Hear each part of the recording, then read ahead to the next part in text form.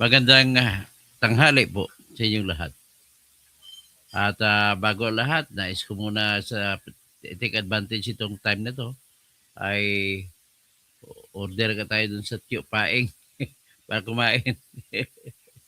Aba, diyan lang yun makikita, masarap ang pagkain na. Diyan na makikita sa 8227 Arcadio Santos, Dr. Arcadio Santos Avenue sa Sukat, San Isidro, Parañaque. Okay, habang nag-antay tayo ng mga balita, nais ko munang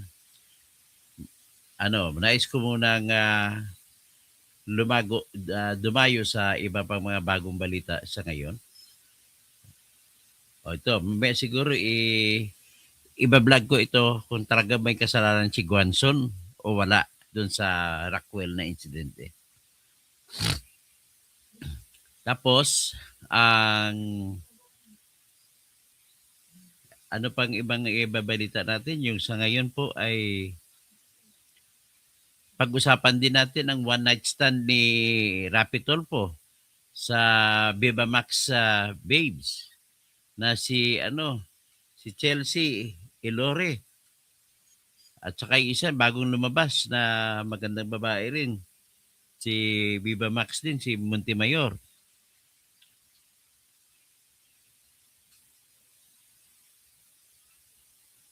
Tapos tingnan din natin ang kalagayan ni Diskaya kung ano to, at saka yung kay Saldico, titingnan natin may katuturan ba ito. So anyway, kasi konektado naman ito kay Saldico, yung ating pag-usapan sa ngayon. Nais kong pag-usapan kung ano ba ang mangyari kay Saldico matapos na inanunsyo ni BBM na ano na raw, ano tawag nito, na ang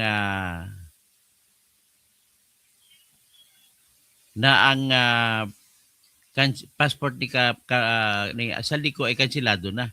Mahamakin mo si BBM mismo mag-anunsyo. Ang problema naman ay tinanggi naman ito ng abogado ni Saldico. Nasabi naman ng abogado ni Saldico ay hindi ito totoo sapagkat ngayon pa lang nila natanggap o kahapon pa lang natanggap ang utos ng Sandigan Bayan na sumagot sila sa tanong kung bakit hindi kansilahin ang pasaporte ni Saldico. Sino ba nagsasabi ng totoo? Si BBM o yung abogado ni Saldico? Dito, malalaman mo talaga, yung mga abogado po ay hindi nagsisinungaling pagdating sa ang pag-usapan ay kaso. So, ibig sabihin, nagpapakita naman na nagpapanik na talaga. Nagpapanik si BBM. So, dagdag niyan, gusto ko lang din ibalita, siguro himay-may natin mamaya, itong nagsalita si Secretary Rex Gatchalian ng DSWD na kung saan inanunsyo niya na nagsampa sila ng kaso laban sa mga barangay kapitan sa Iloilo City.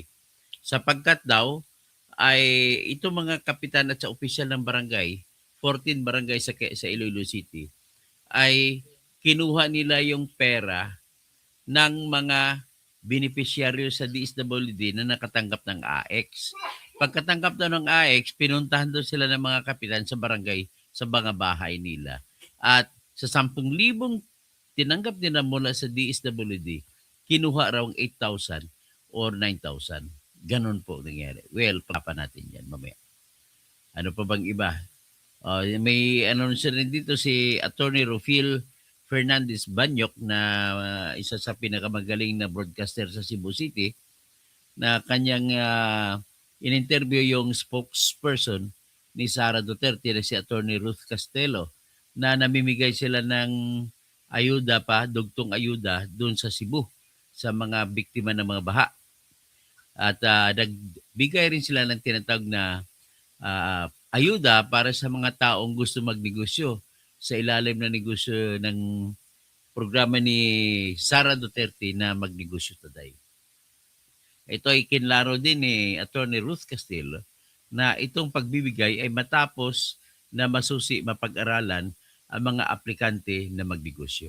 So ito ngayon, pag-usapan na natin ngayon, kasi total marami na, ang istorya na mabigat pala ang ebidensya laban kay BBM na siya ang mastermind sa lahat ng pagnanakaw sa flood control projects natin. Bago ko ipresenta, bibigyan ko lang ng konteksto ito. Number one, nasa batas po natin, nasa constitution natin at hindi naman nakaila sa inyo na ang bumubuo at nagpapanukala ng budget o pera na kailanganin gagastusin sa susunod na taon sa ating pamahalaan ay ang presidente ng Pilipinas. Ginagawa yan ng kanyang assistant sa ganong bagay na walang iba kundi yung secretary ng Department of Budget and Management. Sa pagkakataong ito, yung kanyang assistant ay yung magandang babae na Maranaw, mataid na babae, si Amina Pangandaman. Tapos si Amina Pangandaman naman, pag maibigay sa House of Representatives, kasi doon magsimula, susuriin ngayon, re-reviewin. Yun lang dapat trabaho ng House of Representatives. Re-reviewin. At pagkatapos na ma-review, pipirma sila kung okay na sa kanila. At ipasa naman sa Senado. Sa Senado din, re-reviewin din ang ginawa ng Presidente at ng House of Representatives. Pagkatapos sila ma-review, masusuri, pipirma ang mga senador. That's step number 3. Step number 4, dahil sigurado naman na yung ni-review ng House ay magkaiba ang resulta kumpara sa ni-review ng Senate, ay kailangan pagtugmain nila sa iisang bersyon para ito pirmahan ng Presidente ng Pilipinas o di kaya i-disapprove ng Presidente ng Pilipinas sa kasakali kung okay na. At diyan ay mangyari yan sa tinatawag na Bicameral Conference Committee. Na ang ibig sabihin ng Bicameral Conference Committee ay iyan po ay meeting ng mga representante mula sa House of Representatives at representante mula sa Senate of the Philippines at mag-uusap sila pagtugmain. So ibig sabihin po, kung may sinigit sila na pundo dyan sa level na yan, iyan po ay mangyayari at pangyayari lamang kung papayag ang, number 1, Senate President, na at that time, pinag-usapan natin 2024, si Chis Escudero. Ang Chief ng Finance Committee na at that time ay si Senator Grace Poe. Ngayon, kailangan papayag din ang Speaker of the House na si Martin Romualdez.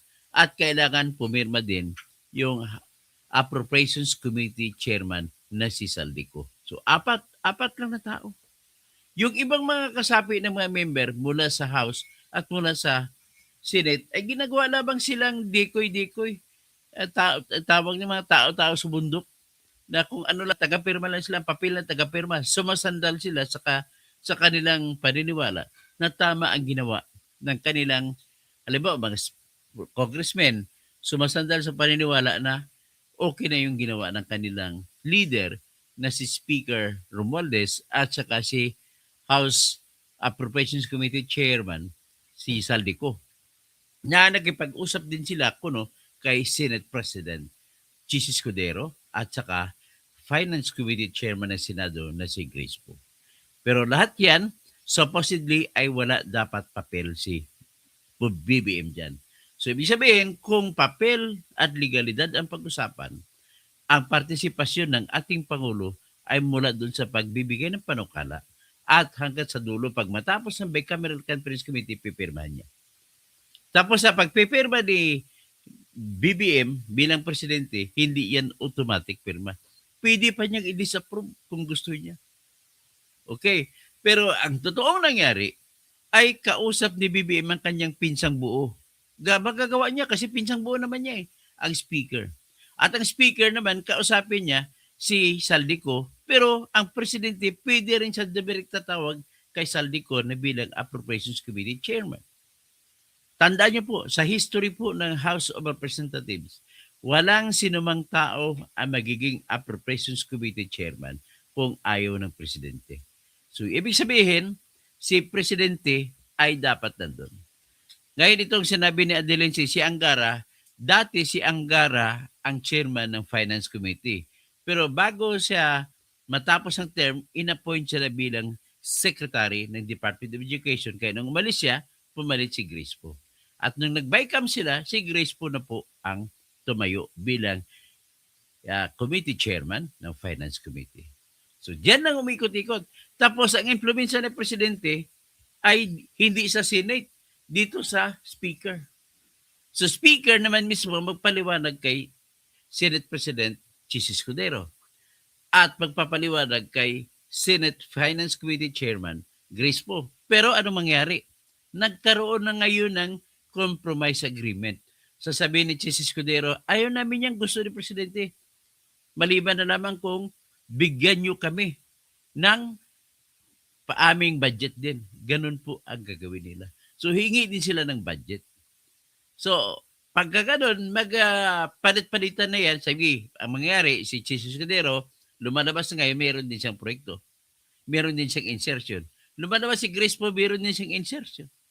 Pero si binitbit nilang dalawa, siyempre, kakampi nila yung, kung sino kakampi na senador, kagaya Jinggoy, kagaya kay Joel Villanueva, kung sino pa ibang kakampi nila, ay si Mark Villar. Isasama nila sa negosasyon. Kailangan ng mga proyekto namin, bawat isang senador, so dahil ayaw ni Chis na magagalit ang sinumang senador sa kanya, so lahat ng na member ng Senate that time ay maglalagay ng kani-kanyang insertion. Kaya ipinasok ang insertion ni Rapi Tulfo na 5 billion, kay Riz Hontiveros na 3 billion, hindi na tinanggal. Tapos yung iba pa na ipasok. Kaya walang karapatan ng kahit senador na magsabi wala silang insertion. Much more with Risa. Si Risa ay lumalabas na nagkukunwari, papapabeauty lang siya sa harap ng madla na kuno ay malinis siya. Pero hindi po. Itanong niyo pa kay Ronald Llamas. Okay? Ganun lang po ang proseso. Ngayon, because of that is the procedure at sumusunod kay BBM, itong speaker at itong House Committee Chairman on Appropriations ay siguraduhin nila na pag binigay na nila ang budget ay pipirmahan lahat ni Bongbong. So, nangyari, si Bongbong ang mag-umpisa, si Bongbong ang magtatapos. So, sa Makatwid, si Bongbong ang nakakalam kung ano mga proyekto ang kasama sa sindikato.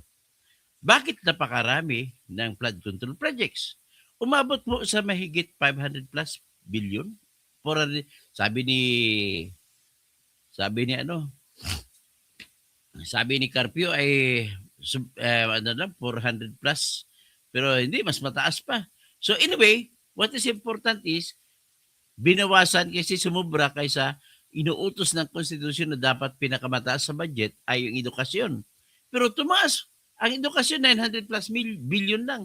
Ang flood control projects, kasama dun sa DPWH, ay 1 trillion mahigit. So binawasan ang budget ng DPWH ng 26 billion. Yun po ang binato ni Marcos ang dinisapprove. So mali po yung mga press release ni Auntie Claire Castro na 194 billion po ang tinanggal daw. Sabi na, paano mangyari? Illogical para sa na si Bongbong Marcos ang humingi na isingit ang 100 billion, gayong binito niya ang 194 billion. Mali si Ma'am Claire Castro. Pero bakit mali? Ito pong katwiran. Ang binito po ni Marcos sa DPWH ay 26 billion at hindi niya binito yung mga hiningi na 100 billion na isingit. Bagko sabi ni Lacson, may 1 billion lamang na binito. So, ibig sabihin, 26 billion lamang ang binito. Tapos, meron pang ibang binito na mga 108 or 106 billion. Pero doon naman po yun, binito din sa unprogrammed funds. Nagtataka ako doon. Maraming nagtataka. Bakit mo ibibito unprogrammed funds? Unprogrammed appropriations? Wala na nga unprogrammed appropriations. Wala nang pera yan eh. Siningit lang sakasakali may sobrang pera eh. Binito pa. So, ibig sabihin, yan po nagpapakita na mali talaga yung yung argumento nila ni Attorney Castro na 194 billion ang binito ni Marcos. Yes, 194 pero 26 billion na mga may pondo. Ang sa akong 194 billion, ang more than 168 billion ay walang pondo. So, yan ang nagpapakita, number one evidence ko, kung bakit ay talagang totoo na magnanakaw mastermind si Marcos. Kaya pakinggan natin ang paliwanag palalo ni Mike Defensor sa interview kay King of Interviews, si Boy Abonda. So, pakinggan natin po. At babanggitin niyo dyan yung koneksyon ni Guteza, koneksyon ni Saldico, koneksyon ng mga tauhan ni Saldico na siyang actual na nag-deliver ng pera, nagbilang at nag-deliver. Tapos ikikwento ni sino to, ni Mike Defensor na bago pala ipadala ang pera, kinuna ni Saldico ng litrato bawat isang maleta. At magaling, talaga naka-ledger ang lahat. So kung lalabas si Saldico, patay ka, bata ka. Kompleto. Pinicturan, binuksan isa-isang maleta at pinicturan. Pagkatapos, may mga text message pa siyang ilalabas, sabi ng abogado ni Saldico. Kompleto sa video, sa text message, sa chat message. Yan po ang mga ebidensya ni Saldico na kung sakasakali pilitin nilang dumating sa Pilipinas, patay kang, bata ka. Mabibisto, matitimbog ng gusto si BBM at saka si Romualdez. Yung dalawang magpinsang ito ay kinain nila yung pera ng bayan para sa kanilang bulsa lamang mapunta. Mga punyeta mga ito. Pakinggan muna natin siya bago tayo magalit ng gusto. Si Boy Abonda interviewing Mike Defensor Santiago. Mike Defensor. Hindi pala Santiago. Defensor pala, Mike Defensor. Ang Santiago na pala yung kanang tita na si Miriam Defensor. Pinalalagyan ng bansa, saan mapupunta ang lahat ng ingay ng itong mga rallies, itong mga investigations. Where is this going? What is happening sa iyong pananaw? Our country now is suffering from this economically. We have yung confidence problem from investors, not only from foreign investors, but even local investors. Ang tao galit. Ang tao galit. And, if a government would have to deal with this kind of situation, that there's lack of confidence, maraming uncertainties, talagang masama para sa bansa. Saan tayo pupunta dito? Well, hindi naman natin masabi, no? Parang kung ano yung direksyon ng ating bansa, kung saan siya mapupunta. But definitely, we have to correct what's happening. Definitely, we have to address the political corruption that we are seeing now, the moral degradation in the institutions, in the persons involved in the institutions, not only sa executive, but we see it now in Congress, both in Congress and in the House of Representatives and the Senate. And parang palala ng palala. And I'm afraid for our country. I have the trust, I have this faith in our people, but we have to act. We cannot just stand idly and just watch. We really have to act on all these things and address the problem of our country. Ito ba ang pinakamalala? Ito ang pinakamalala, boy, kasi yung nakita natin ngayon, yun na yung budget process. Now we have 6 trillion in budget, di ba? Tapos, of course, almost 2 trillion a year just to cover up the budget. Yung paggawa pa lang ng budget, inaayos na nila, meron na silang hatian, at nagkakaprograma sila sa insertions, as we have heard. Kasi di ba, pagka nag-present ang Pangulo ng budget, ipipresenta niya yan sa Kongreso, i-review yan ng lahat. Makikita mo na. Like when I was a congressman in the 3rd district, alam ko na yung pupuntang budget sa distrito ko. And then outside of that, people lobby for more budgets in their district, kung ano kailangan nila. Kailan nangyayari yung lobbying ngayon, Mike? That's even before the BICAM? Or is it during the BICAM? It's even before the BICAM, and it especially happens during BICAM. Kasi parang sa BICAM, maliit na grupo na lang eh. The Committee on Appropriations, which is Saldico, and at that time, itong Senator Grace Poy na Committee of Finance sa Senado. Dapat pinasok na lahat ng budget dun. Inaayos nila yon kung ano yung mga kailangan nilang gusto nilang ilagay na flood control projects, ilalagay nila doon. And then, upon release, may mga kausap na rin sila in the districts. and I'm sorry boy for saying this, at kailangan-laman ito ng taong bayan, ang pinuro ng sindikato, si Presidente. Committee on Appropriations, sabi ko, fixes all the budget, ayusin lahat ng kontrata, Speaker of the House, Martin Romualdez, aprobahan nila yon. Pagkatapos pipirma ng Pangulo ang releases ng mga pondong to. Kaya sinabi ko na nga, nung nakita ko na at sinabi ni Saldi ko na nagdi-deliver siya ng pera kay Presidente, organisado to. Okay. Sabi nung unang video ni Zaldico, siya ay nautusan ng presidente na 100 billion insertion. Siya ang nagsabi na hindi pwede, ang 50 billion, ganito, in excess. We all saw that thing. Yes, Diba? yes. Explain to us more kung ano ang nangyari doon. Okay, initially kasi, when Gutesa came out, in fact boy, ang panawagan ko was, you have to present Martin Romualdez. Kasi ang sabi ni Gutesa, nagdi-deliver kami ng pera kay Martin Romualdez. That's it. In fact, to be fair to the president at the time, tinanong ko po si Gutesa, nagdi-deliver ba kayo kay Presidente? Sabi niya, sir, hindi ko alam. Never ako nakasama. Kay Speaker Martin lang po.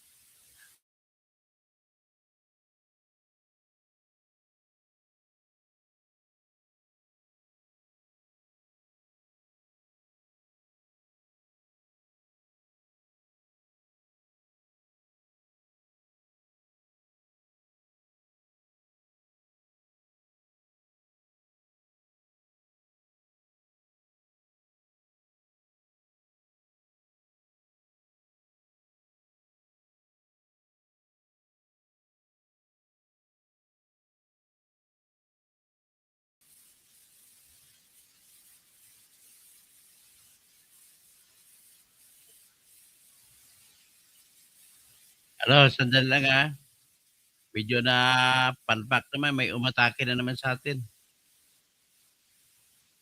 Ulitin natin. Napansin ko po sa huling mga araw na may magla-live ako, may umatake, naputol ang live natin. Sandali lang. Ulitin natin.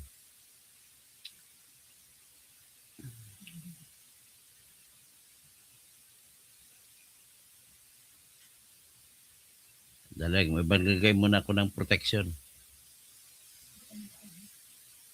Hinak na naman po ako. Napapansin ko po yan Lagi po akong hinahack. Maglagay lang ako ng protection. Pwede ko na siguro i-play ito. Isisingit ko lamang ito because I heard an interview of Congressman Toby Chanco Yes. na ayon sa kanya ay ang naratiba ay may nagdi-deliver ng pera sa presidente doon sa Malacanang. Particularly a certain house in front of the Malacanang. Aguado. Aguado. Na ayon sa kanya ay walang kinalaman ng presidente dahil ito ay bahay ni former Speaker Martin Romualdez. That's correct. How does it play into your knowledge? Okay.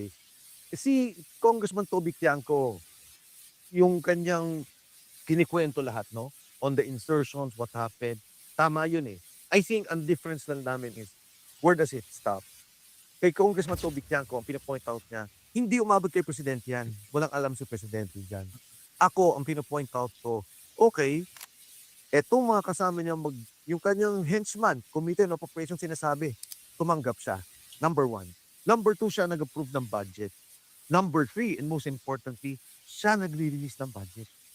So on all counts, merong responsibilidad ang presidente para sa akin. Allegation lang naman ito. Okay, Pwede bang halimbawa, let's take out the names. Okay, let's take out the names. We have a Speaker of the House who's corrupt. Okay, ito'y gumagalaw, ito'y nagnanakaw sa pera ng bayan. okay. Kaya ba ng Speaker gumalaw na hindi alam ng Presidente? I'll tell you this. Pag tinignan mo yung flood control programs, there is a program under NEDA, National yung Development Authority, National Economic Development Authority, NEDA. Merong programa ang DPWA. So nakikita nila talaga yung requirements ng flood control based on the development of our country. So sinasubmit nila yung budget based on the NEDA flood control authority. So alam po kaagad, pag submit po pa lang, ito yung, pag na lumabas na to, at kung saan-saan na lumabas yung mga flood control na hindi naman kailangan, not required, not part of the program, you know that there's already a problem. Now, in the release of those projects, again, dadaan na naman sa yan. The approval is with you, and then the release are with you. Pag nakita mo yung program gumagalaw, even before the program budget is moving, then you know that there's a Yan ang problem. tinutukoy ni Mike Defensor. Ang approval, magsimula kay BBM. Pagkatapos final na pirma kay BBM. So imposible na hindi mo nakita ang mga proyekto ng mga salaula. Magtataka ka. And ang nangyari dito, boy, kasi kaya naman naging malakihan tong usapan na to. You're talking of 300 congressmen. Lahat Klaro sila natin naging required. malaki ang dayaan, ang pagnanakaw dahil kailangan mabigyan ni BBM ng pera ang mga congressmen na kanyang kakampi. Kung hindi magre-rebuild sa kanya, taob ang kaldero niya. Sa 25%. Lahat sila. So, alam nila lahat at nagugulat sila, ang laki naman. Bakit naman ganon? So, Lumaki po yan sapagkat 360 ng congressmen. Ang kakampi niya ng mga congressmen ay 215. Yung pumirma, sabihin natin hanggang 290. Natig 1 billion ang bawat isa.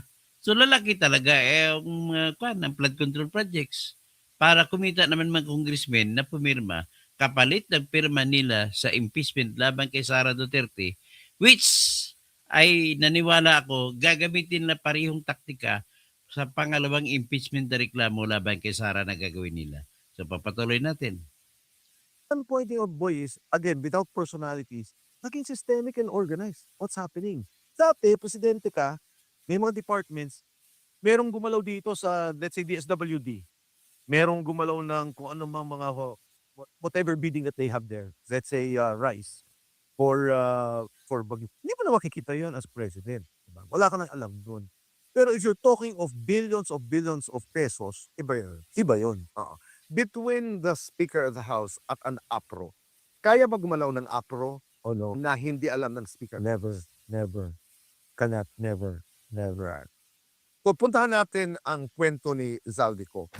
Bakit, Mike, sinasabi ni Zaldi na hindi ako kumita ng isang kusing dito sa perang pinag-uusapan? Tinanong din sa akin yan. And in fact, ako sasabihin ko kagad dito sa iyo, boy, hindi ako naniniwala. Kasama ka dyan, involved ka dyan, kumita ka dyan. Pero alam ko rin na buwaporma sila from a legal point of view. Okay. That at a certain point, they would have to defend themselves. No? Kaya sinasabi niya na ganito. Pero as to the paper trail, as to the ledger, alam mo si Saldi, may libro eh. Hindi ko ito, kakwento ko, boy, hindi ko maintindihan to eh. Sabi ni Sergeant Gotesa, inakyat po namin, sir, yung 45 na mga, 46 ng mga maleta. Inakyat niya,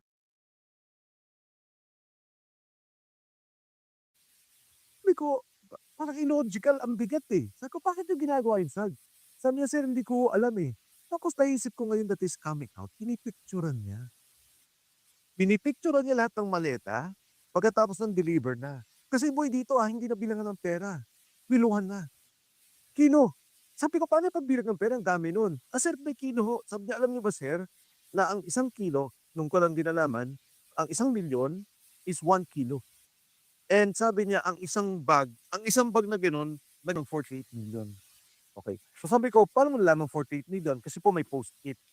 So, pinipicturean pala niya, nire-ledger niya, lahat din-document niya. So lahat ng to, documented niya. So the question is, bakit siya iba yung sinasabi niya, hindi siya kumita? I would think advised by the lawyer. Huwag mo na sabihin ko, huwag mo na sabihin si Saldi. Sinasabihan siya ng gano'n. Pero as to the truth and veracity of what he was talking about, totoo yun. Bakit niya ginagawa yun? Para sasabihin niya, ito 30 maleta diniliver ko sa'yo. 40 maleta diniliver ko sa'yo.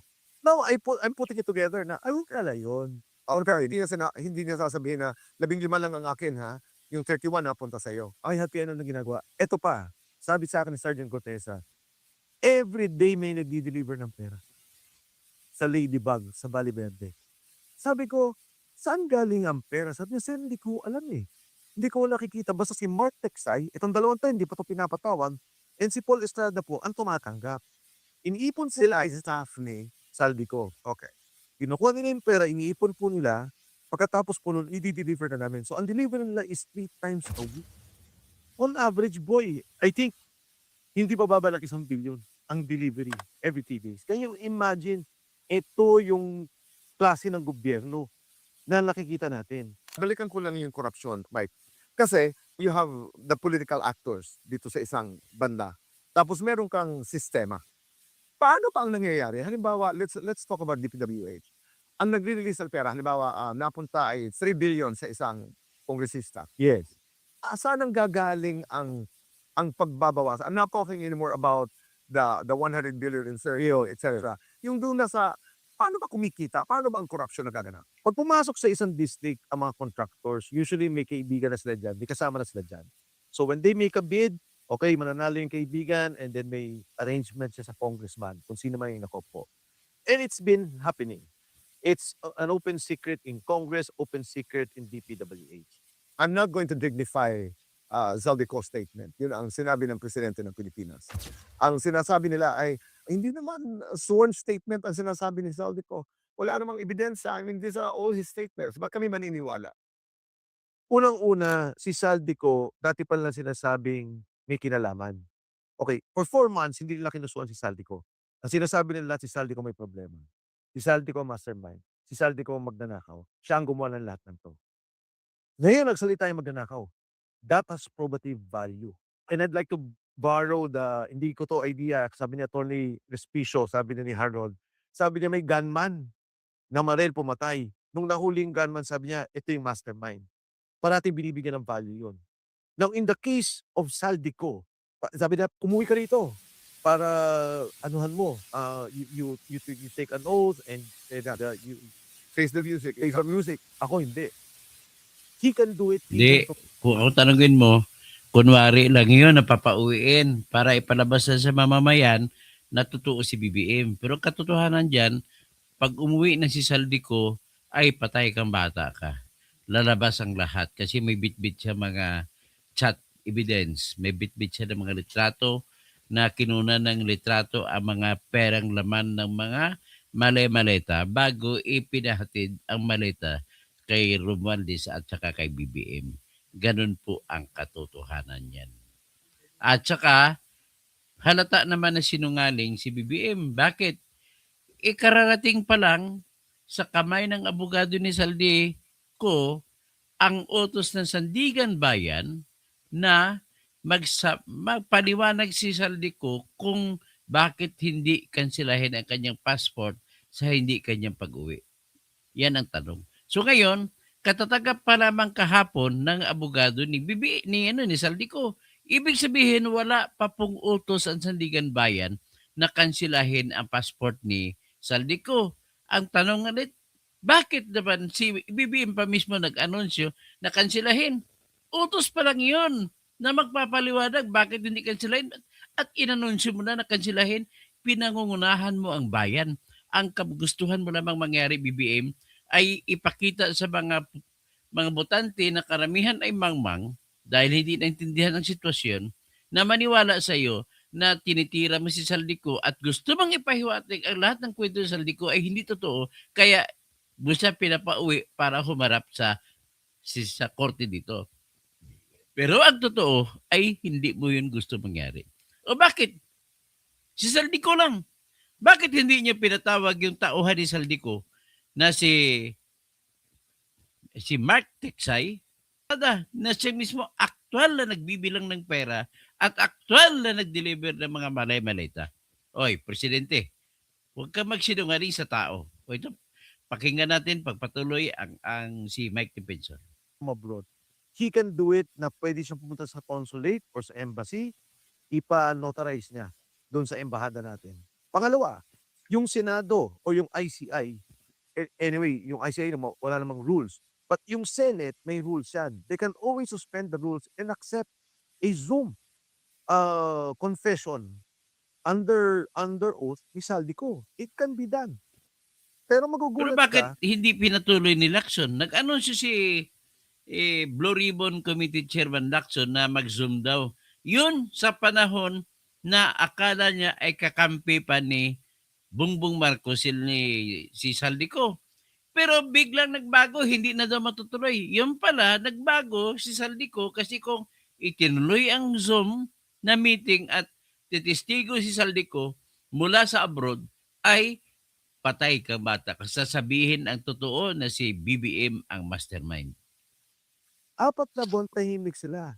Nung nagsalita na siya ng Bongbong Marcos, I think in 7 days, na-file siya ng kaso. In Dati 7 nang wala pang indikasyon na si Saldico ay magsasalita laban kay BBM, 4 na buwan hindi nila mapakansela ang passport. Pero nung nagsalita, kinasuhan kagad. days makakancel ang passport niya. May 2 pang tao, Martek Sai and Paul Bakit hindi Estrada. kayo Hanggang gumagalaw? ngayon, hindi ko pa narinig. Hindi kayo gumagalaw kay Mark Tiksay Any tsaka kay John investigation. Paul Estrada na siya actual mismo nagbibilang ng pera na tinanggap ni Saldico mula sa mga deliveries ni na Henry Alcantara, nila ni Bryce, nila ni mga congressmen kagaya ni Eric Yap. Oh, bakit wala? Bakit hindi niyo pinapataw? Bakit hindi niyo kinakasuhan ito? Never been, walang case 5. Sinabi ni Alcantara pangalan, sinabi ni Saldico pangalan, sinabi ni Bernardo pangalan. Pero hindi sila nagtatago. They can be found. They're just waiting to be invited. In the same way that they're looking after, they're chasing Saldico, they can do that to Martek Sai and to Paul Estrada. Etong dalawang to, assistant lang to ni Saldico. Si Saldico may pera yan, he can hide, he can go anywhere, may mga aeroplano siya. Etong dalawang to, in 3 days, kaya nila mapauwi ito. At nagtatanong ka at itinanong mo na ito ng ilang beses kung bakit hindi pa sila ipinapatawag That's correct. ng either ICI or ng Senado. Pag itong dalawa nagsalita, hindi ko alam, sigurado ko kay Martin Romualdez. Hindi ko alam kung si Presidente alam din nila because ito ang dalawang assistants ni Saldi na nagdi-deliver ng Yan. pera. Anong ibig sabihin ng hindi ka sigurado kay Martin Romualdez? Sigurado ako na nagdi-deliver to kay Martin Romualdez because Gutesa also already mentioned it. Pero ang sabi nga nila, may delivery kay Pangulong Marcos. So Mark Teksay and Paul Estrada would know. Ito ang magko-corroborate sa sinasabi ni Saldico. In your estimation, Mike, makukuha ang dalawang ito? Ipapatawag ang dalawang ito? Kung gusto talaga nila. Kung ang script kasi nila boy is, ang script nila final. Saldico ang mastermind. Kasama yung DPWH officials. Kasama yung mga congressmen. May sinabi sila E.S. Bersamin at saka Pangandaman na wala na, kumimik na. Di natin alam nangyari. May mga dinamay silang senador at saka mga congressmen. Si Martin Romualdez hanggang ngayon wala pang kaso. So ano ang aking pananaw? Binabalansin nila, tinitingnan nila. Kung tanggap na ng tao, tatahimik na. But as long as the people will continue to protest, the people will continue to reject the script that they're proposing, the script will come out. What happened between Zaldi and Martin Romualdez? From what I understand, and this is coming from talks from friends of Saldi, na nung una, protect all. No case, no worry, stay away, get out of the country. Then eventually nagka-problema. And then they're seeing the cases coming out, may final na sa kanya, lumalabas na, parang, uy, ako lang may ipit dito. And then eventually, I would think na si Saldi said, okay na to. Kasi if you're looking at from Saldi's perspective, tauhan nyo lang ako eh. Diba? Third in hierarchy ako o fourth in hierarchy ako.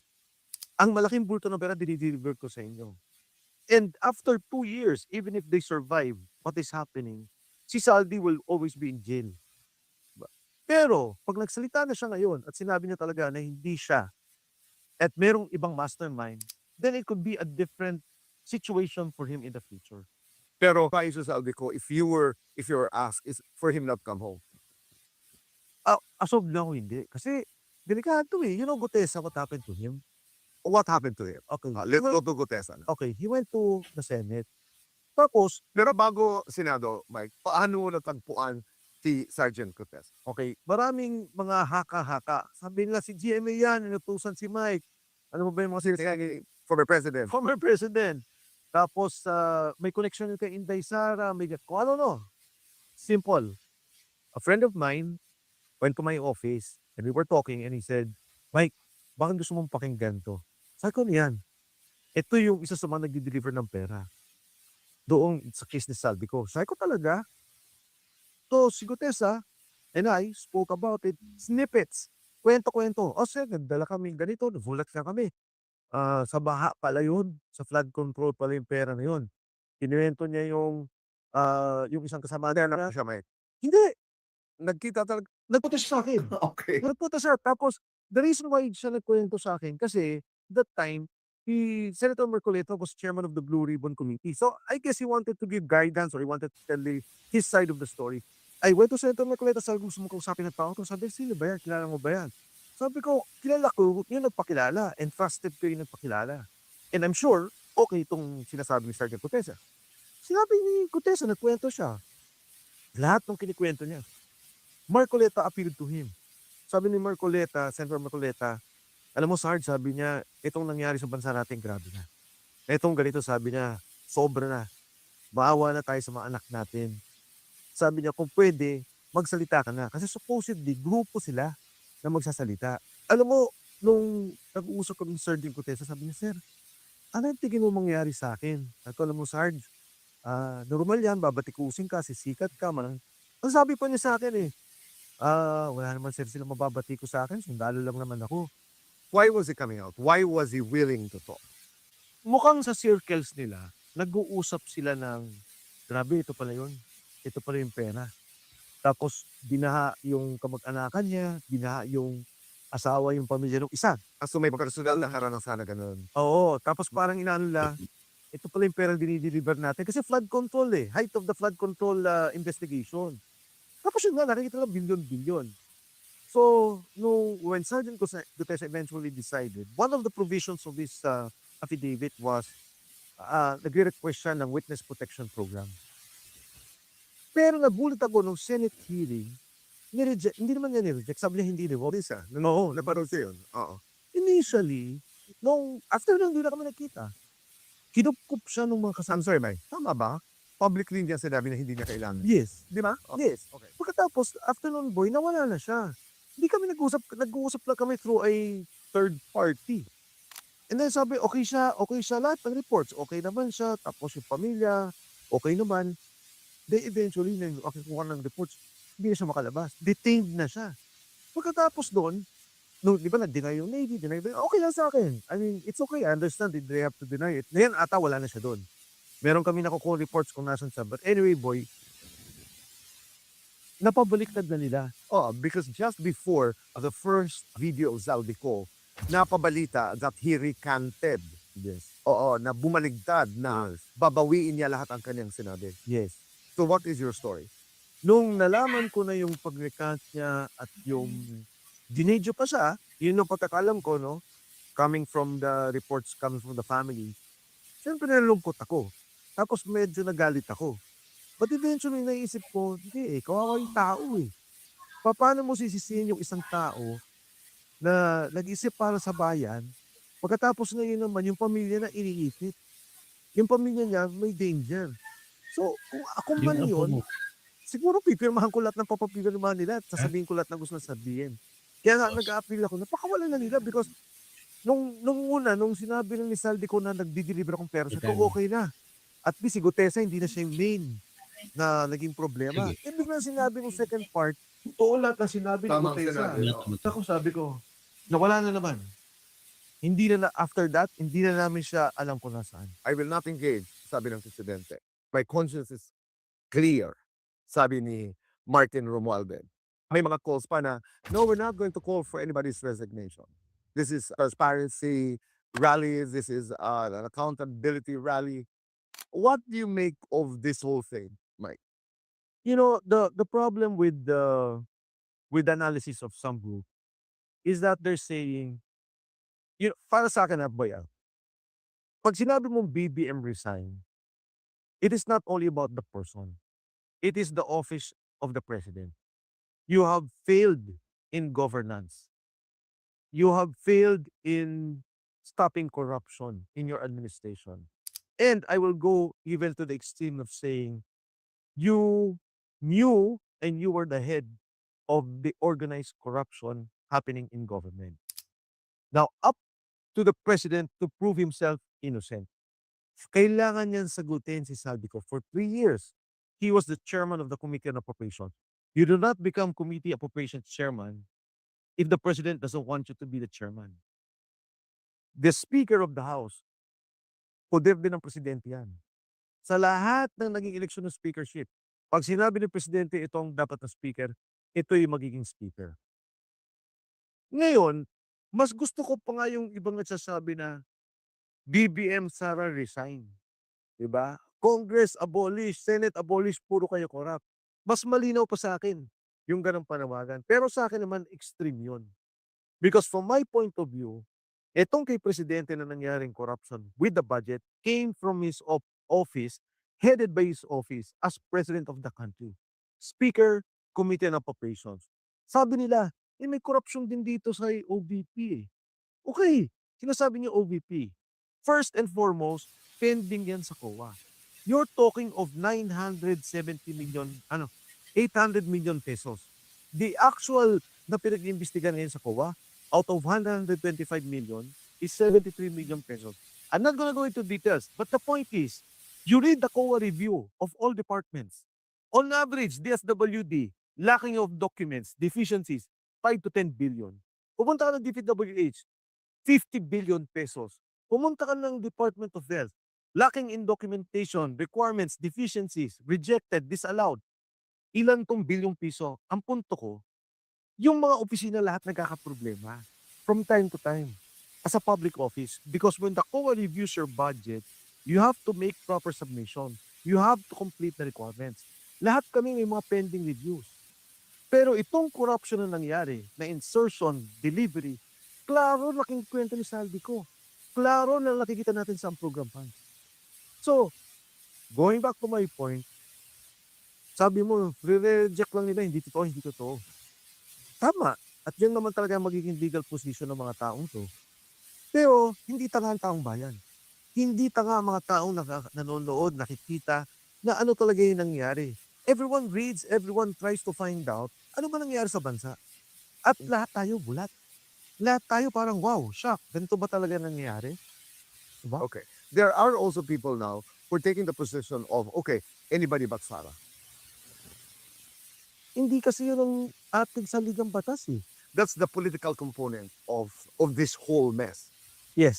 Kasi it's not purely a corruption issue. There's politics involved. Yes. Oo.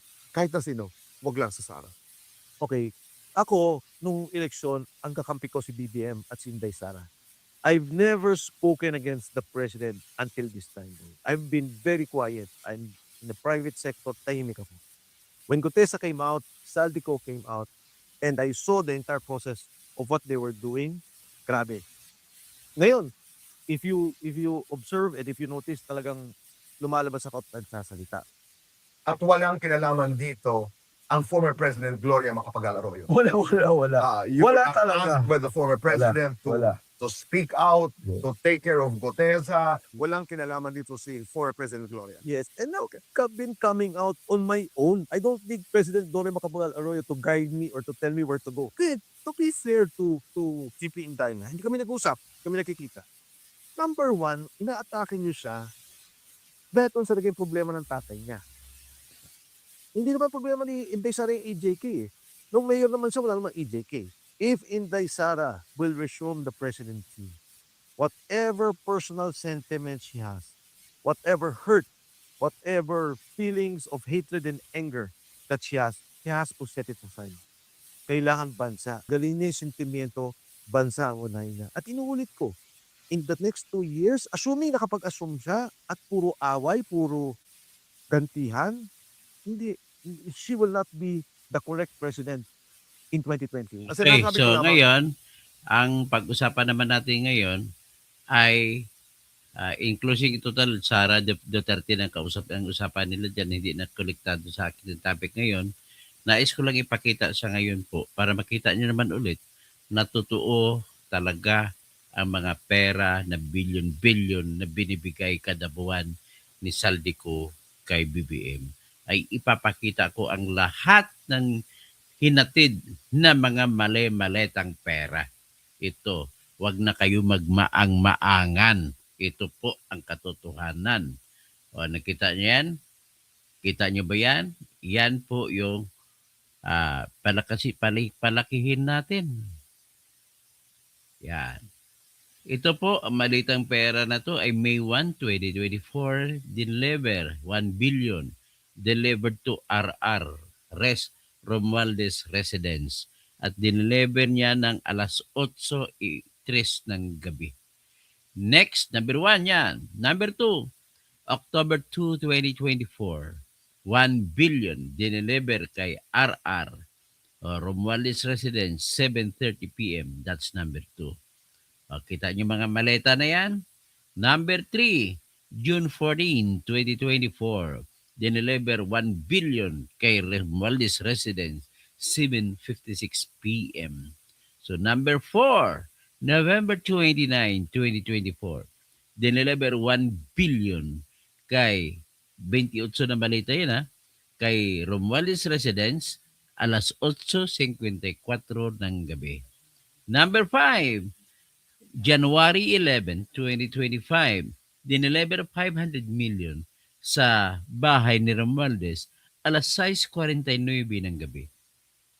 Number 6, 250 million dineliver sa bahay ni Romualdez, December 14, 2024, alas 8:34 ng gabi. Pangpito, July 16, 2024, dineliver 1 billion sa bahay ni Martin Romualdez at sa oras na alas 7:14 ng gabi. Number 9, January 17, 2025, 500 million. Alas 5:44 ng gabi dineliver. Number 10, sa August 8, 2024, dineliver sa bahay ni Romualdez alas 2 ng hapon. Total 500 million. Number 11, June 3, 2024, cash out 1 billion sa bahay ni Romualdez alas 9 ng gabi.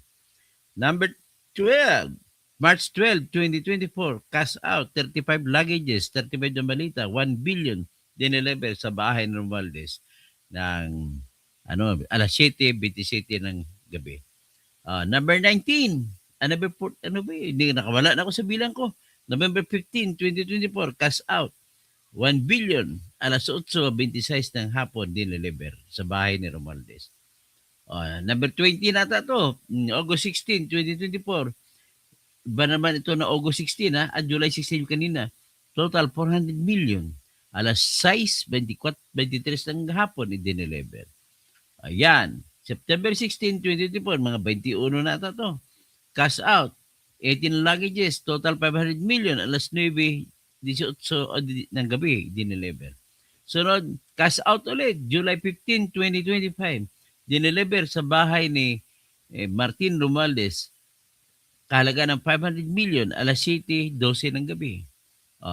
February 1, 2025, 500 million dineliver sa bahay ni Romualdez, alas 6:33 ng gabi. Sunod, July 27, 2024, cash out dineliver 1 billion sa bahay ni Martin Romualdez, alas 8:13 ng gabi. Tapos, February 10, 2025, cash out dineliver 500 million sa bahay ni Romualdez, alas 6:34. Tapos, May 14, 1 billion dineliver sa bahay ni Romualdez, alas 10:14 ng gabi. Tapos, cash out naman, 500 million dineliver sa bahay ni Romualdez, alas 7:04 ng gabi. Tapos, January 12, 2025, cash out, dineliver 500 million sa bahay ni Martin Romualdez, alas 8:05 ng gabi. Number 6, April 16, 2024, 1 billion dineliver sa bahay ni Martin Romualdez, alas 4 ng hapon. Tapos, March 11, a total of 500 million dineliver sa bahay ni Romualdez, alas 2:00 ng gabi, ng hapon. Tapos ito, cash out naman, June 27, 2024. Cash out, 1 billion sa bahay ni Romualdez, 9:53 p.m. Tapos, November 29, 2024, cash out, 1 billion deliver sa bahay ni Romualdez, alas 8:54 ng gabi. Tapos, January 8, 2024, 30 luggages, 1 billion deliver sa bahay ni Martin Romualdez, 8:40 p.m. Tapos, June 14, 2024, 1 billion ulit deliver sa bahay ni Romualdez, alas 7:56 ng gabi. Tapos, ito yung listahan ng petsa. Nagsimula sa September 1, 2022, 450 million. September 2022, 550 million. So naging 1 billion. Sa September ulit, 2022, September 26, 661,327,500 pesos. Tapos October 5, 500 billion. October 15, 500 million. November 11, 1 billion. November 18, 500. So, yun lang po ang pinapakita ko sa inyo. No? Dami dyan, no? Total of sa 2025, may nakalagay na 55 billion ang dineliver lamang sa bahay ni Romualdez. 55 billion, 418,874,054 pesos. Ang dineliver, no, tandaan nyo, no, nagalit si BBM, pinatawag niya si Saldico, pinatawag niya si Martin Romualdez, at si Toby Chanco, sa harap ni Toby Chanco, minura ni BBM si Romualdez at saka si Saldi. Ang sigaw na salita ni BBM ay, ilang Ferrari pag gusto niyo bilhin? Ilang bahay pa sa Forbes Park gusto niyo bilhin? Ilang pera pag gusto niyo? Yun ay November 24, 2024. Kaya nag-utos si BBM na ibigay na lang ni Saldico direkta ang pera kay Yusik Jojo Cadiz, Attorney Jojo Cadiz, na empleyado ni Bongbong mula ng gobernador pa siya sa Ilocos Norte. So talagang mapagkatiwalaan niya sa mga sikreto. Kaya 1 billion, sa 1 billion, December 2, 2024, ay binigay ni Saldico ang 200 billion kay Jojo Cadiz. December 5, 2024, binigay ni Saldico ang 800 billion kay Jojo Cadiz. Tandaan ninyo, ladies and gentlemen, pag dumating si Saldico sa Pilipinas, sabog na ang bahay tae ni Bongbong Marcos dahil kompleto sa ebidensya si Saldico. Yan lamang po aking masasabi. Kaya hindi muna ako magbabasa ng inyong mga comments kasi marami dito bumabati ko sa akin. Tinatawag ko bangag. So, bahala na kayo kung maniwala kayo hindi. Basta pinipresenta ko lang kung ano nangyayari. At ang aking opinion, magnanakaw talaga si BBM. Wala nang iba. Yan lamang po ang pinaka-opinion dyan. No more, no less. Sindikato si Romualdez na pinsang buo niya.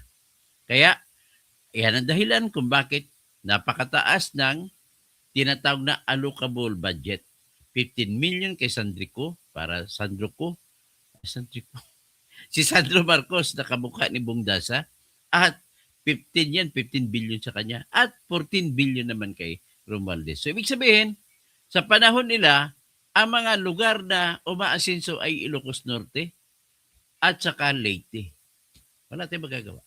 Sila ang humahawak ng renda ng pamahalaan. Yan po ang atin nakikita sa ngayon. Magandang hapon po.